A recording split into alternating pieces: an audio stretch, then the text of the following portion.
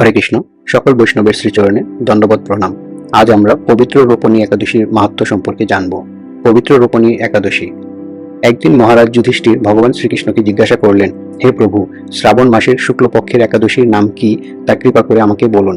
শ্রীকৃষ্ণ বললেন, হে মহারাজ, এখন আমি সেই পবিত্র ব্রত মাহাত্ম্য বর্ণনা করছি, মনোযোগ দিয়ে তা শ্রবণ করুন, যা শোনা মাত্রই বাজপেয় যজ্ঞের ফল লাভ হয়। প্রাচীন কালে দাপর যুগের শুরুতে মহিজিৎ নামে এক বিখ্যাত রাজা ছিলেন।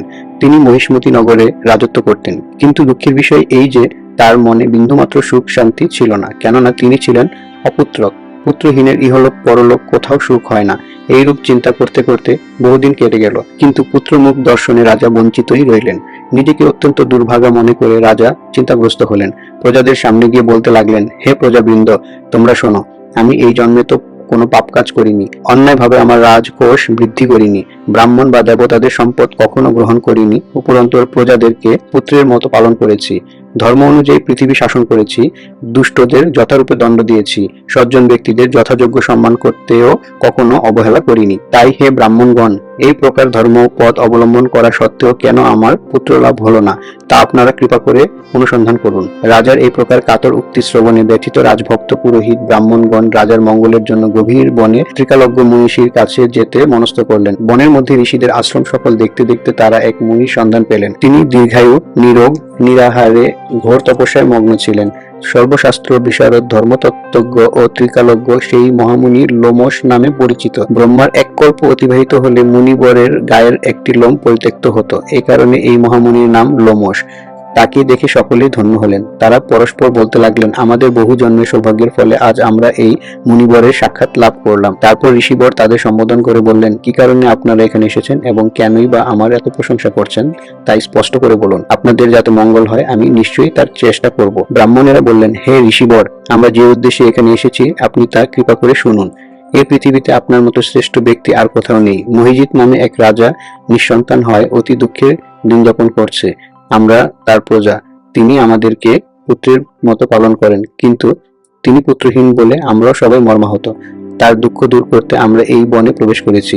হে ব্রাহ্মণ শ্রেষ্ঠ, রাজা যাতে পুত্রের মুখ দর্শন করতে পারেন, কৃপা করে তার কোনো উপায় আমাদের বলুন। তাদের কথা শুনে মুনিবর ধ্যানমগ্ন হলেন। কিছু সময় পরে রাজার পূর্বজন্ম বৃত্তান্ত বলতে লাগলেন। এই রাজা পূর্বজন্মে এক দরিদ্র বৈশ্য ছিলেন। একবার তিনি একটি অন্যায় কার্য করে ফেলেন। ব্যবসা করবার জন্য তিনি একটি গ্রাম থেকে অন্য গ্রামে যাতায়াত করতেন। একসময় জ্যৈষ্ঠ মাসে শুক্লপক্ষের দশমীর দিনে কোথাও যাওয়ার পথে তিনি অত্যন্ত তৃষ্ণার্ত হয়ে পড়েন। গ্রাম প্রান্তে একটি জলাশয় তিনি দেখতে পান। সেখানে জলপানের জন্য যান।